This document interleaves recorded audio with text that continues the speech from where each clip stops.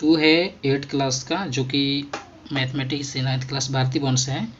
कह रहा है कि वर्ग और वर्गमूल। तो हम सबसे पहले जानेंगे कि वर्ग किसको कहते हैं, वर्ग क्या है। तो चलिए इसका हम डिफिनेशन लिख लेते हैं वर्ग का। तो ये हमने लिख लिया है। जैसे कि वर्ग किसे कहते हैं, तो किसी संख्या को उसी संख्या से गुना करने पर जो गुणनफल प्राप्त होता है वह उस संख्या का वर्ग कहलाता है। मतलब कि किसी संख्या को उसी संख्या से जब गुना करेंगे तो जो गुणनफल प्राप्त होगा वही उस संख्या का वर्ग कहलाएगा। तो इसका हम एग्जाम्पल ले लेते हैं। जैसे मान लीजिए इसका एग्जाम्पल हो गया 1। तो 1 का जब हम वर्ग लिखेंगे तो 1 गुना 1 यानी कि 1, तो 1 का वर्ग जो है 1 स्क्वायर लिखेंगे इसे। ये हो गया 1 का वर्ग। अब जैसे मान लीजिए कि 2 गुना 2 है, तो 2 दूनों का 4, और इसका जो 4 का ये 2 स्क्वायर लिख देंगे इसे। अब इसी तरीके से 3 गुना 3 3 का 9, और ये जो है वर्ग 3 हो गया। तो ये है हमारा वर्ग। और आगे देखेंगे इसका। अब देखिए जैसे संख्याएं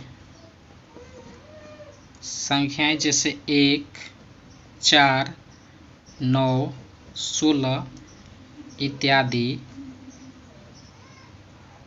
ये पूर्ण वर्ग संख्या है। पूर्ण वर्ग संख्या है।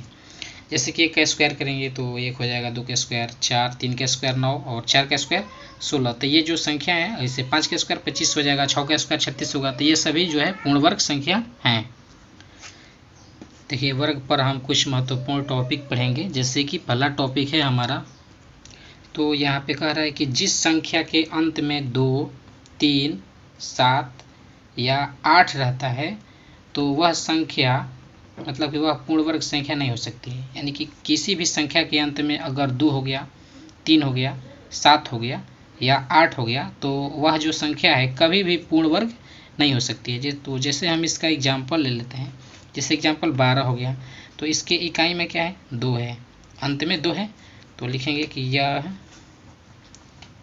पूर्ण वर्ग संख्या नहीं है।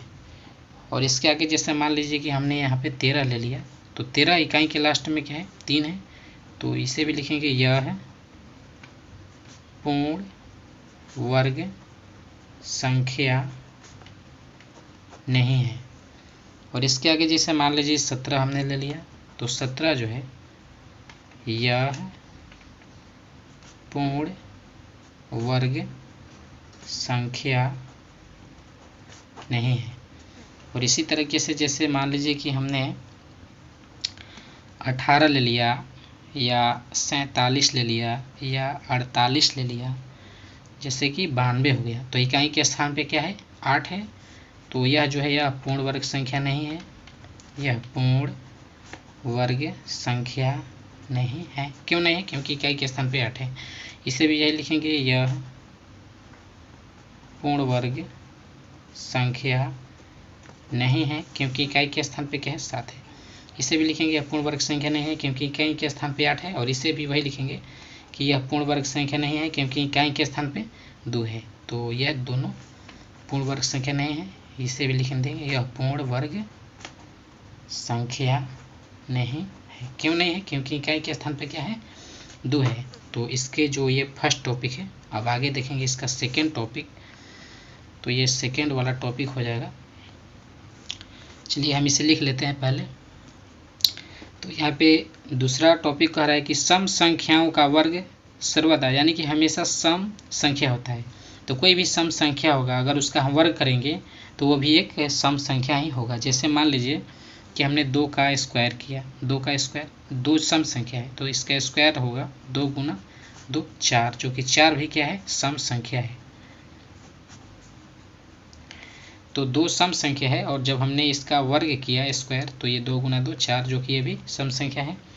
और इसके आगे जैसे मान लीजिए कि हमने 16 का स्क्वायर किया, जो कि 16 जो भी सम संख्या है, तो 16 गुने 16 करेंगे तो ये हो जाएगा 256। तो ये भी जो है सम संख्या है। यानी कि सम संख्या का वर्ग करेंगे तो क्या होगा, सम संख्या होगा। जिससे कि 8 का स्क्वायर करेंगे, 8 सम संख्या है, 8 गुने 8 ये हो जाएगा 16, ये भी है हमारा सम संख्या। 6 सम संख्या है तो 6 गुना 6 करेंगे तो ये हो जाएगा 36, जो कि ये भी सम संख्या है। तो ये इससे ये प्रूव हो गया कि सम संख्याओं का वर्ग जो है हमेशा क्या होता है, तो सम होता है। अब इसके आगे हम तीसरा टॉपिक देखेंगे।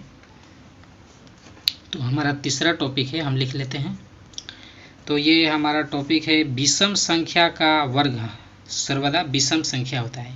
यानी कि कोई भी विषम संख्या होगी तो जब हम उसका वर्ग करेंगे तो वह जो संख्या प्राप्त होगा वो विषम संख्या ही प्राप्त होगा। जैसे कि हमने ले लिया 3 का स्क्वायर करेंगे, विषम संख्या है, 3 विषम संख्या है, तो इसका जब वर्ग करेंगे तो 3 गुना 3 3 का 9 जो विषम संख्या है, 9 क्या है, विषम संख्या है। और इसके आगे जैसे मान लीजिए 5 जो है ये भी विषम संख्या है, तो जब इसके स्क्वायर करेंगे तो ये हो जाएगा 5 गुना 5, तो ये हो जाएगा 25, जो कि ये भी विषम संख्या है। और इसके आगे जैसे मान लीजिए 7 भी विषम संख्या है, तो 7 गुना 7 करेंगे तो ये हो जाएगा 49, जो ये भी क्या है, तो विषम संख्या है, जो कि विषम संख्या है। तो इसके अगले वाले टॉपिक को देखेंगे। चलिए हम टॉपिक लिख लेते हैं क्या है, तो हम इसे देखेंगे। ये नेक्स्ट टॉपिक है अगला।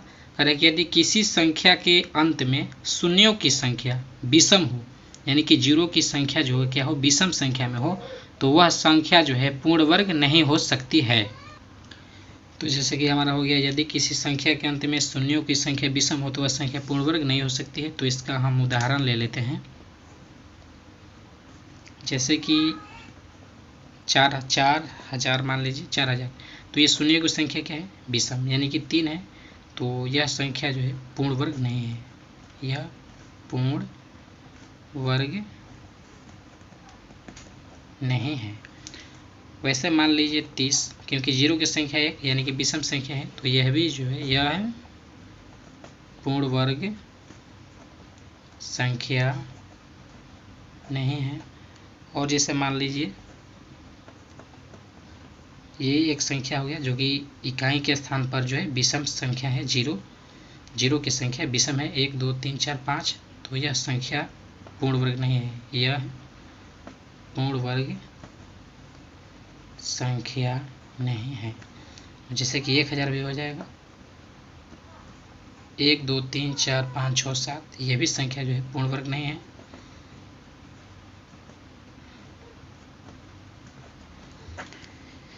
तो ये जो है, यदि किसी संख्या के अंत में शून्यों की संख्या 0 की संख्या विषम हो, यानी कि एक विषम हो, तो वह संख्या जो है पूर्ण वर्ग नहीं हो सकता है।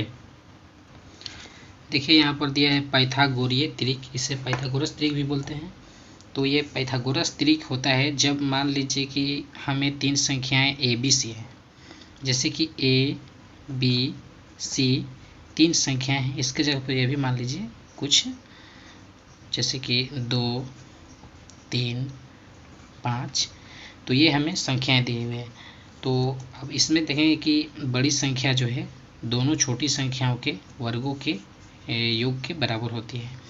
तो जैसे यहाँ पे हम लिखेंगे a² + b² बराबर c² जो होता है, यही जो है हमारा पाइथागोरस त्रिक है।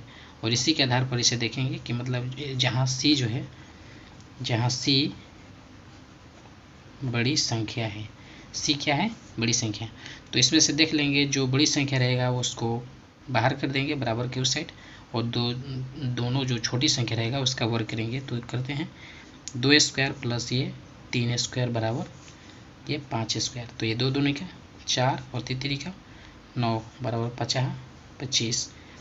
तो ये 5 4 9 और बराबर 25 नहीं है ना, तो ये जो है शर्त जो है ये मतलब कि ये पाइथागोरस त्रिक नहीं है। तो लिखेंगे यह पाइथागोरीय त्रिक नहीं है। जैसे कि और हमने कोई संख्या ले लेते हैं, जैसे 3 4 और 5 ले लेते हैं। तो जब इसका करेंगे, बड़ी संख्या यह है 5 और ये दोनों छोटी संख्या, इसे यहीं कर लेंगे 3 + 4, और इनको स्क्वायर कर लेंगे। तो 3 के 9, 6 चौके 16 और 50 25 और 16 9 हो जाएगा 25 बराबर 25। ये दोनों क्या हो गया, बराबर हो गया। तो ये जो है यह लिखेंगे कि यह पाइथागोरस त्रिक मतलब इसमें लागू होता है। ये लिया है पाइथागोरीय त्रिक है, यह पाइथागोरीय त्रिक है। तो ये हमारा पाइथागोरीय त्रिक हो गया। अब आगे देखेंगे इसके नेक्स्ट टॉपिक। तो यहाँ पे अगला टॉपिक है कि जिस संख्या के अंत में 5 हो उस संख्या के वर्ग का ट्रिक यानी कि विधि क्या है। तो देखिए हम निकालते हैं। जैसे कि मान लीजिए कि संख्या 15 है, तो 15 का जब वर्ग करेंगे तो इसे हम ये वाला संख्या लेंगे। यहाँ पर क्या दिया है 1, तो इसे लिखेंगे 1 गुना 2 और इसमें गुना कर देंगे 100 से, अब प्लस जोड़ देंगे ये लास्ट वाला 5 स्क्वायर। तो ये जो संख्या हो जाएगा हमारा 100 दूनी 200 और ये 50 25, तो ये हो जाएगा 225 जो कि संख्या का वर्ग हो गया। और जैसे कि मान लीजिए यहाँ पर 25 का स्क्वायर है, तो यहाँ पे 2 दिया है तो लिख लेंगे 2 गुना और इसके आगे 3, 2 गुना 3 मतलब 2 है तो 2 गुना 2 3 और गुना 100 प्लस ये लास्ट में 5 स्क्वायर करेंगे। तो ये 3 दूनी 600 और 5 का स्क्वायर 25, तो ये हो जाएगा 625। और जैसे मान लीजिए यहाँ पर 35 का स्क्वायर करेंगे, तो यहाँ पे 3 दिया है तो 3 गुने 4 गुना 100 प्लस लास्ट में कर देंगे 5 स्क्वायर, तो 3 चौका 1225 हो जाएगा। ये हमारा जो है सही ट्रिक है और ये सही काम कर रहा है। और आगे देखेंगे इसके। जैसे 45 है, तो 45 का स्क्वायर हो जाएगा 4 गुना 5 गुना 100 प्लस 25 स्क्वायर, तो ये 4 5 20 2000 और ये हो जाएगा 2025। और इसके आगे जैसे बहुत सारी संख्याएं हैं, इसके आधार पर हम निकाल सकते हैं।